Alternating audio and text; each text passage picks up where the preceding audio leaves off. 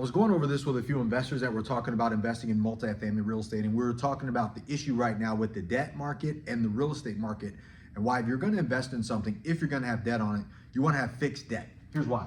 Because let's say this is your debt. This is your debt, and this debt is long-term, 7 to 10 years.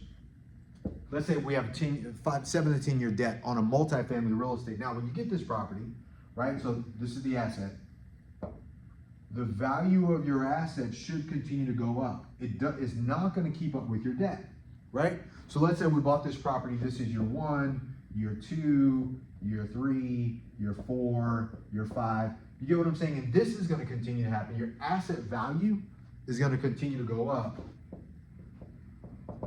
based on your rents and income. And we know this because you guys have heard me say it over and over again. Rents in this country went up over and over again since 1945.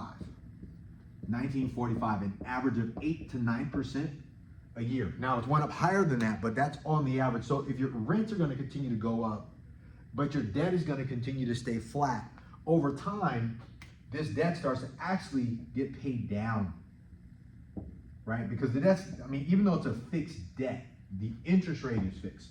The interest rate is fixed, but your principal balance continues to go down. So what happens is this gap between here is what's called equity, this your equity buildup or your debt buy down. So your principal balance, let's say you bought this property for $20 million. We put down 40% on the property. So we put down $8 million bucks, so we have $12 million.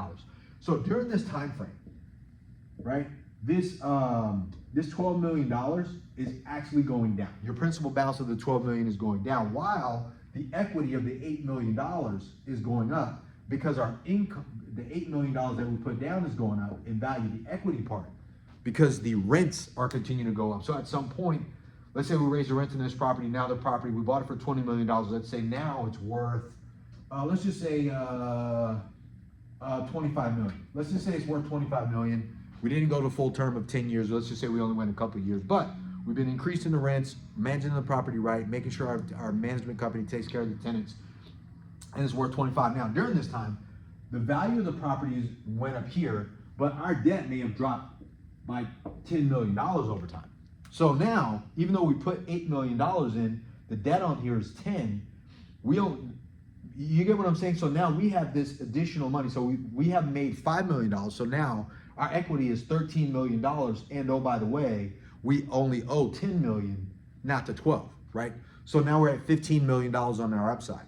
So that's the benefit. I know this is a little bit confusing when we look at the lines. Usually I have my paper, but I wanted to share this because I was showing this to the investors. Look, if we buy a property with fixed debt on it and the value of that asset, we can continue to increase the value of the asset, force appreciation, because we already know rents are going to continue to increase. Now, they're not going to be 8 to 9%, right? When we look at it, we're like, okay, let's say we're only going to do a 3 to 5% rent increase. This is an increase in income, which creates an increase in value.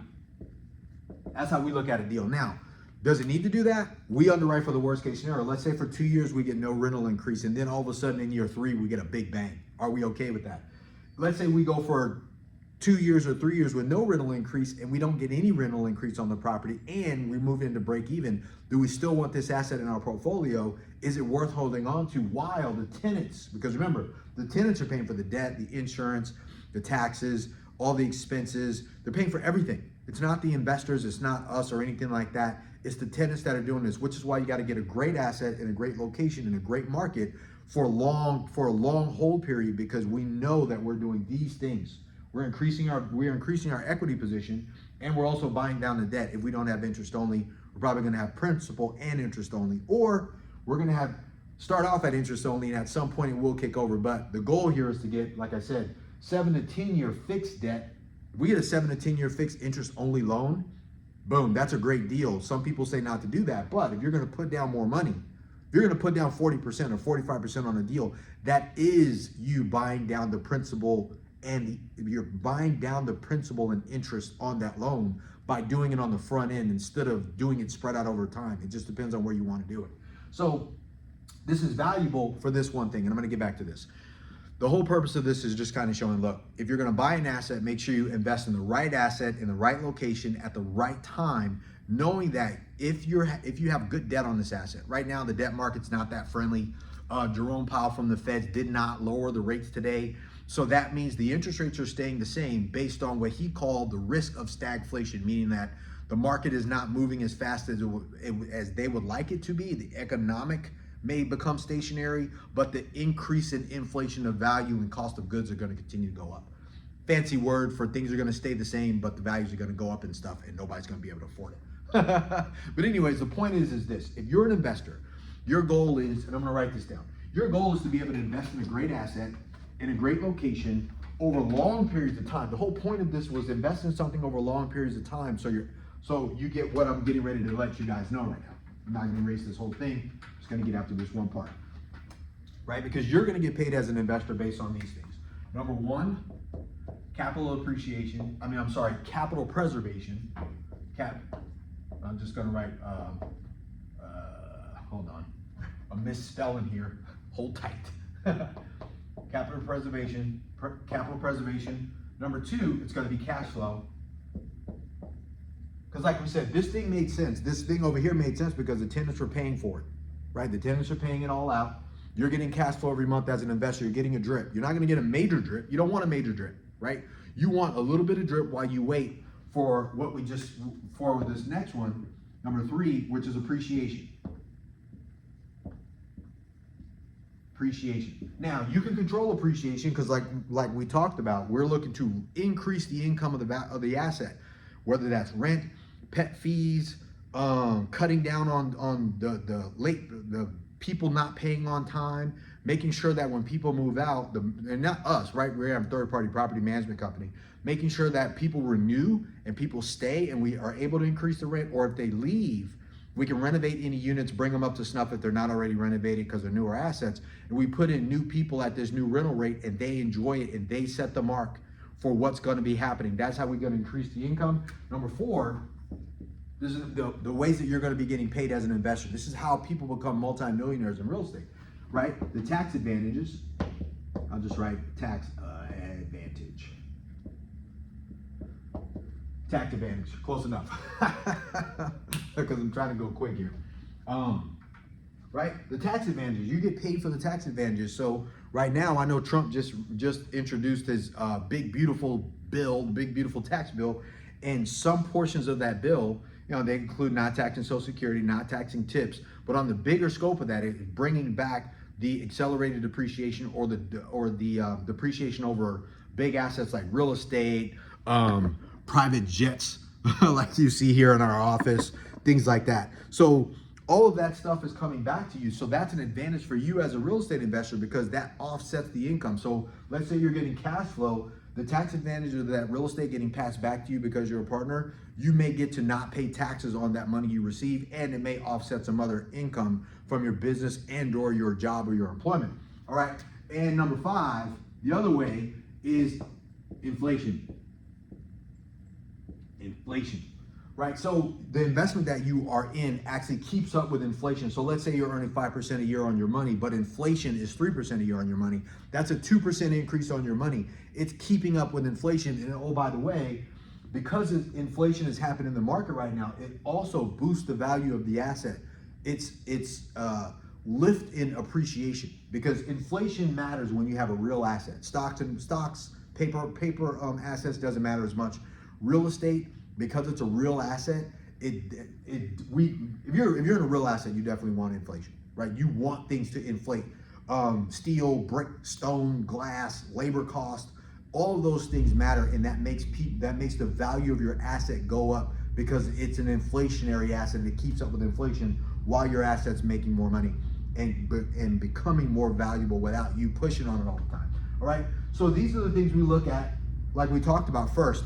If you're going to be in an asset, you want to have either fixed debt or no debt, but you want to be in an asset that one is keeping up with inflation, meaning it's going up. It's kicking off cash flow. It's appreciating in value, meaning you can control it. You can't control the stock market. Values go up and down in the stock market. With real estate, we know we can raise the rents, and trust me, last month when the stock market lost $6 trillion in a day or a week, Real estate values did not go down because rents continued to stay stationary. That wasn't the case with the real assets. Like we said, tax advantages, inflation. But remember that, guys. If you're in a situation where you're investing in a deal, make sure you invest in something that's real. It keeps up with inflation. If there's debt on it, you want to have good debt on it, meaning your residents and your tenants are paying for it. And while they're paying for this, where they're paying for your asset, they're also paying you, they're paying down the debt, they're paying the expenses, and you are getting cash flow while you wait for the big bang at the end of that investment. So that's why it hits your bank account, man, so you can take care of yourself, your family, future generations, leave money to your church, your charity, all those things matter. So I hope that helps, guys. Wanted to do this with you. I'm at the office in the conference room. This is where we're going to be doing quite a bit of our trainings and stuff like that for our people coming on board to our interactive deal room for our real estate training, as well as we get to hang out and check out some of the cool equipment that's going on over here at our office in Carlsbad, and I'm here for you. So if you have any questions, let me know. Leave me a comment in the video. Did you understand what I was talking about? Did you see how the debt works on a fixed rate debt as your value of your asset goes up? And oh, by the way, your tenants are actually buying down your debt. It's called a debt pay down or debt buy down. And then that is building up more equity. That's an equity buildup, as well as the value of your asset going up. So your equity that we put down is going up.